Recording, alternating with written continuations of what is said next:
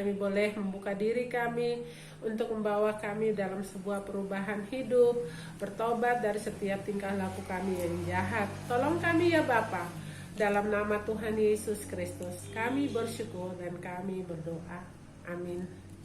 Baik anak-anak sekalian, sebelum memulai pelajaran kita, Ibu ingin absen dulu ya. Nah, adakah di antara kalian, teman-teman kalian ada yang tidak hadir hari ini? Oh ya, baik. Semuanya hadir ya hari ini.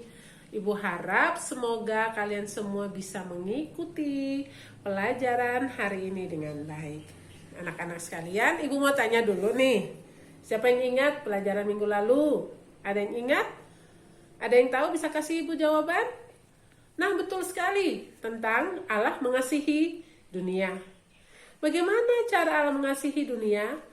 Dengan cara Allah mengutus anaknya Yesus Kristus datang ke dunia untuk menyelamatkan manusia dari dosa dan kejahatan.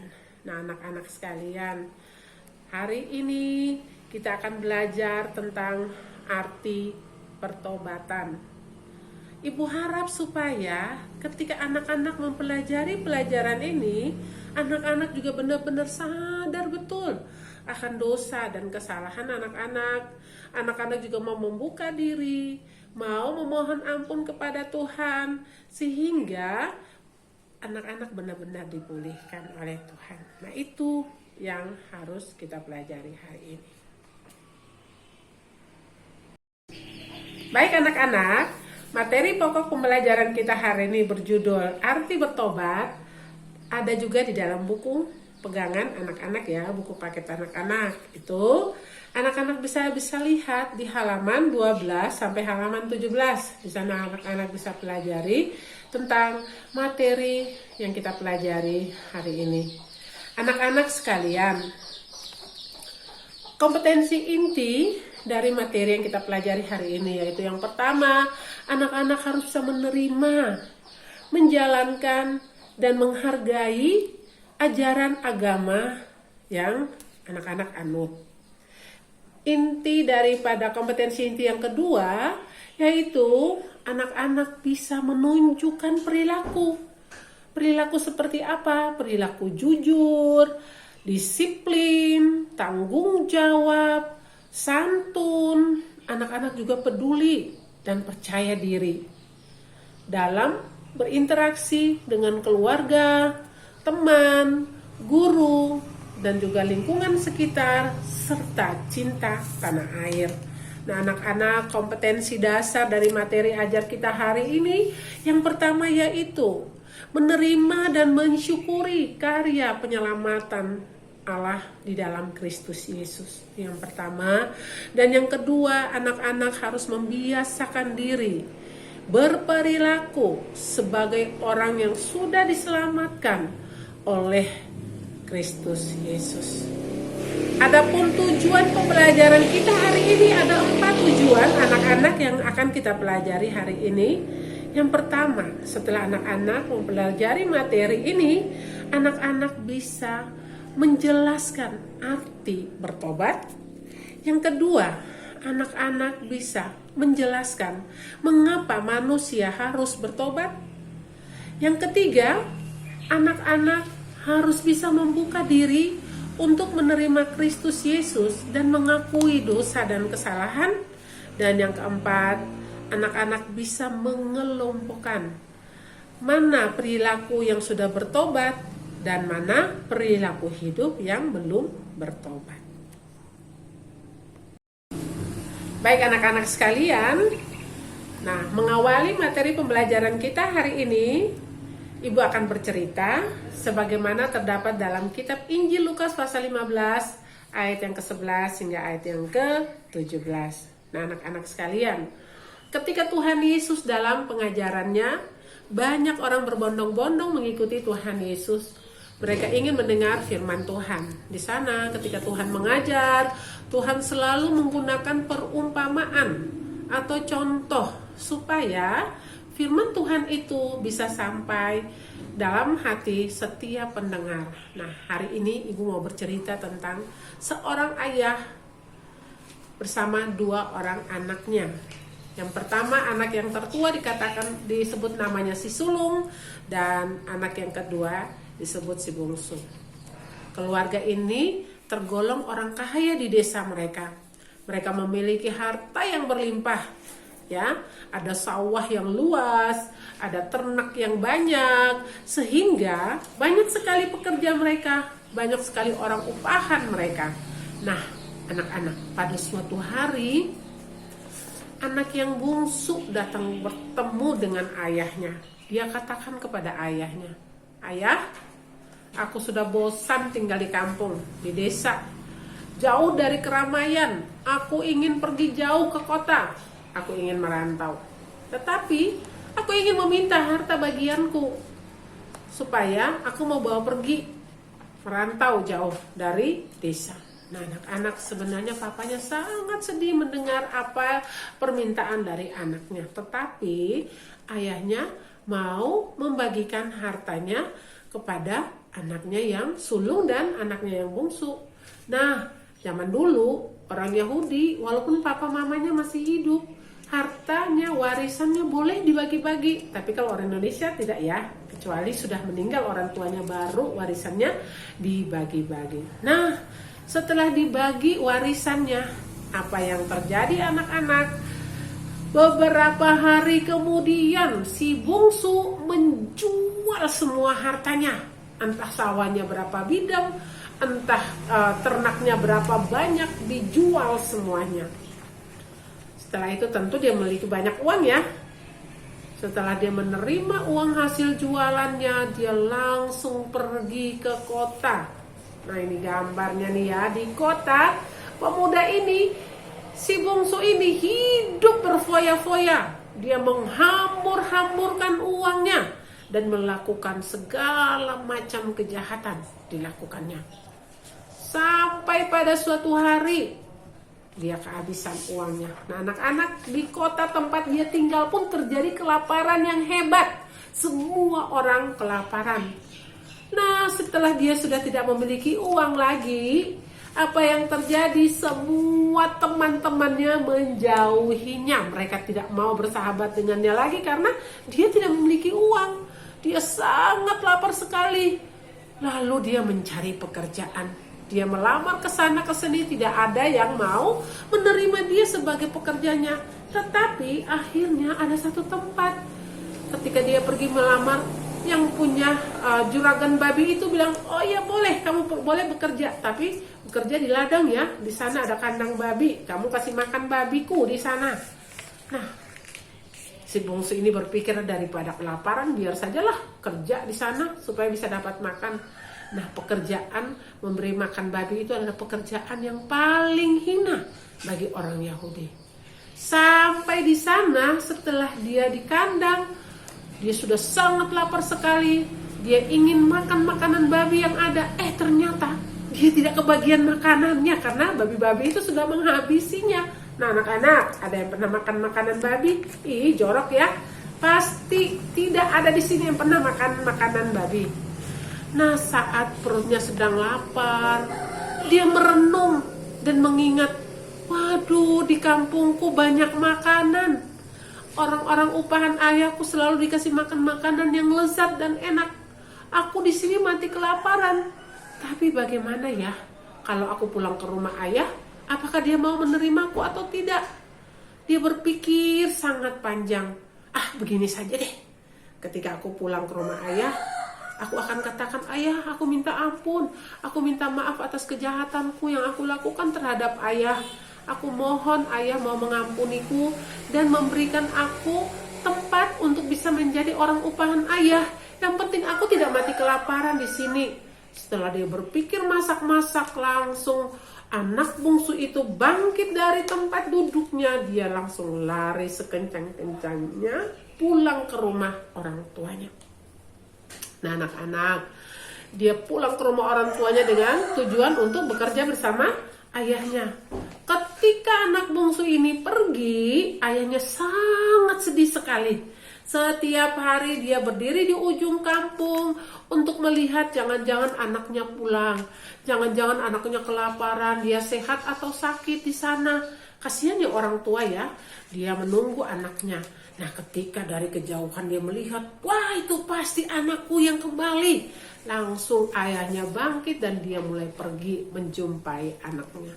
Anaknya datang dengan baju yang sudah robek-robek, berbau, tetapi ayahnya tetap menyayanginya. Ayahnya tidak menolaknya, tetapi ayahnya langsung memeluk dia dengan erat sambil menangis.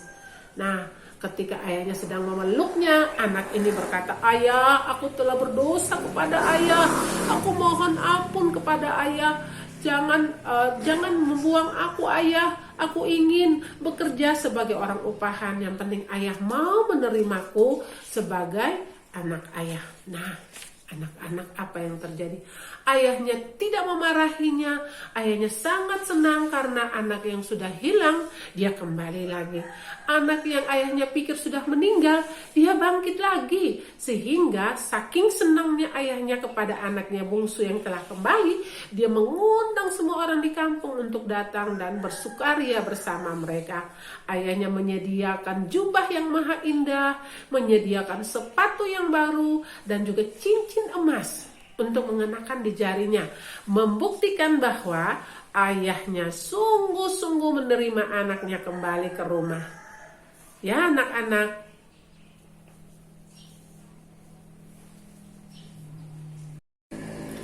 baik anak-anak, dari cerita tadi tentang kisah anak yang hilang, si bungsu dengan sikapnya sadar akan perbuatannya dan kembali ke rumah ayahnya. Ibu mau bertanya, apa arti bertobat? Ada yang bisa menjawab? Boleh angkat tangannya. Ya, bertobat artinya menyesali perbuatannya dan mengakui kesalahannya, lalu tidak melakukannya lagi. Kata bertobat atau pertobatan berasal dari bahasa Yunani, yaitu metanoia. Metanoia artinya perubahan pikiran disertai dengan penyesalan. Seperti anak bungsu tadi, dia sadar, aduh di rumah ayahku banyak makanan, aku kelaparan di sini. Lebih baik aku pulang mengakui kesalahanku dan mau meminta kepada ayah supaya bisa menerimaku di rumahnya kembali, walaupun jadi orang upahan. Anak-anak, kalau orang upahan itu kadang dibayar gajinya, kadang tidak. Tapi satu hal, anak bungsu ini sadar akan kesalahannya dan mau pulang ke rumah. Itulah yang dikatakan bertobat. Ada suatu perubahan hidup yang terjadi. Anak-anak, yang namanya pertobatan dibagi dalam 3 kategori sikap. Yang pertama, pikiran dulu, sadar, oh saya sudah salah. Yang kedua, kehendak untuk mau melakukannya. Saya salah, saya mengucapkan kata kotor.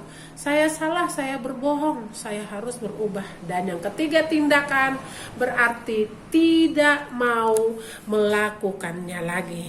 Nah, anak-anak, di sini kisah pertobatan ini kita harus belajar bagaimana harus hidup sebagai orang yang bertobat. Nah, anak-anak, berikutnya, kenapa manusia harus bertobat?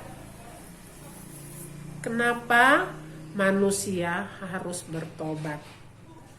Manusia harus bertobat karena kalau tidak bertobat, kehilangan kemuliaan Allah. Roma pasal 3 ayat 10 mengatakan semua orang telah berdosa, tidak ada terkecuali. Entah itu bayi, anak-anak, orang muda, orang dewasa, orang tua, semuanya sudah berdosa. Butuh pertobatan dan keselamatan. Nah, kalau tidak bertobat, maka tidak selamat. Penyelamatan, anugerah keselamatan itu datang dari siapa? Datang dari Yesus Kristus. Ketika kita mau membuka diri kita, mengaku dosa kita di hadapannya, dan menerima Kristus sebagai Tuhan dan Juru Selamat, maka kita sudah diampuni dosa kita dan kita diselamatkan. Nah, anak-anak, setelah kita bertobat, mengaku dosa dan kesalahan kita, yang berikutnya, yang ketiga adalah apa? Perubahan hidup. Perubahan hidup itu harus nampak dalam kehidupan orang yang sudah bertobat. Contohnya, perubahan hidup seperti apa? Perubahan hidup yang tadinya suka ngomong kasar, ya, suka berkata-kata kotor. Setelah dia bertobat, dia tidak mengucapkan kata-kata kasar lagi, tapi kata-kata yang santun, yang sopan, mengucapkan kata-kata yang baik. Perubahan hidup yang kedua lagi apa? Yang dulunya suka mencuri. Setelah dia bertobat, dia tidak lagi mencuri. Itulah yang namanya perubahan hidup. Yang ketiga, masih banyak contoh-contoh lagi yang suka melawan orang tua. Nah, anak-anak yang suka melawan orang tua, setelah mendengar cerita ini harus bertobat, berubah, tidak melawan orang tua lagi. Yang suka berbohong, dia berkata jujur. Yang suka menyontek, dia harus belajar dengan sungguh-sungguh supaya ulangannya nilainya murni, tidak menyontek lagi. Inilah yang dikatakan arti dalam pertobatan. Harus mengerti, harus benar-benar sadar dan mau bertindak, berubah, maka Tuhan akan memulihkan hidup kita dan menolong kita.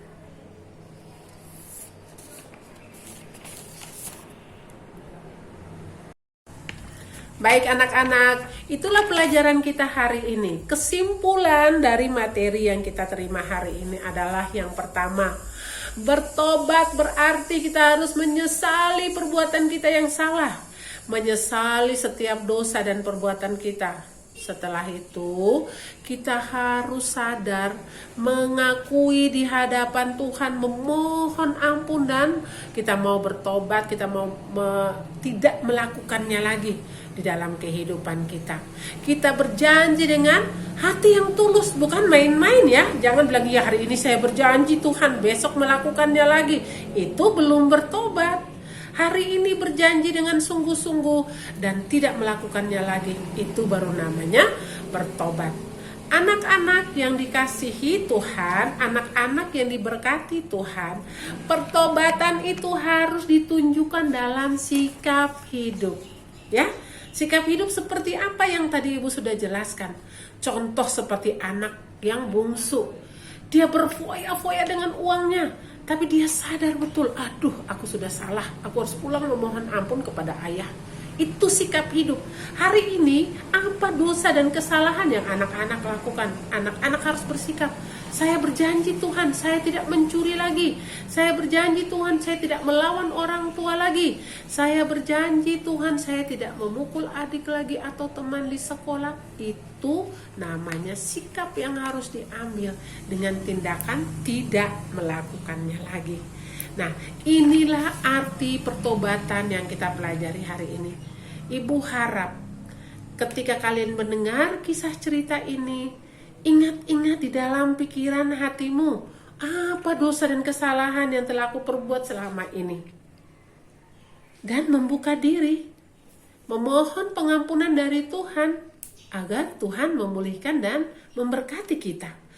Terlebih secara khusus anugerah keselamatan dari Kristus Yesus menjadi bagian di dalam kehidupan kita. Semua mengambil sikap doa, mari kita berdoa. Tuhan Yesus yang baik, kami berterima kasih kepadamu atas firman-Mu hari ini. Kami membuka hati kami mengakui setiap dosa dan kejahatan yang kami lakukan. Ampuni kami ya Tuhan, ketika kami mencuri. Ampuni kami ya Tuhan, kalau kami pernah melawan orang tua. Ampuni kami. Baik anak-anak, inilah materi ajar kita hari ini yang telah Ibu sampaikan. Dan menutupi materi kita, pelajaran kita hari ini, kita akan ada di dalam doa bersama. Kita berdoa. Tuhan Yesus yang baik, kami bersyukur kepadamu untuk pelajaran hari ini, menyadarkan kepada kami bahwa kami harus bertobat. Kami banyak sekali dosa dan kesalahan yang kami lakukan. Tolong ampuni kami Bapa. Tolong sucikan kami, kuduskan kami, bahwa kami untuk sadar akan segala dosa dan kesalahan kami.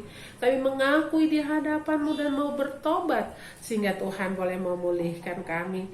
Dan biarlah buah dari pertobatan itu kami boleh menunjukkan dalam sikap hidup kami yang baik dan benar, sesuai dengan kehendak Tuhan di dalam kehidupan kami. Ini doa kami Bapa, dalam nama Tuhan Yesus Kristus. Kami bersyukur dan kami berdoa. Amin.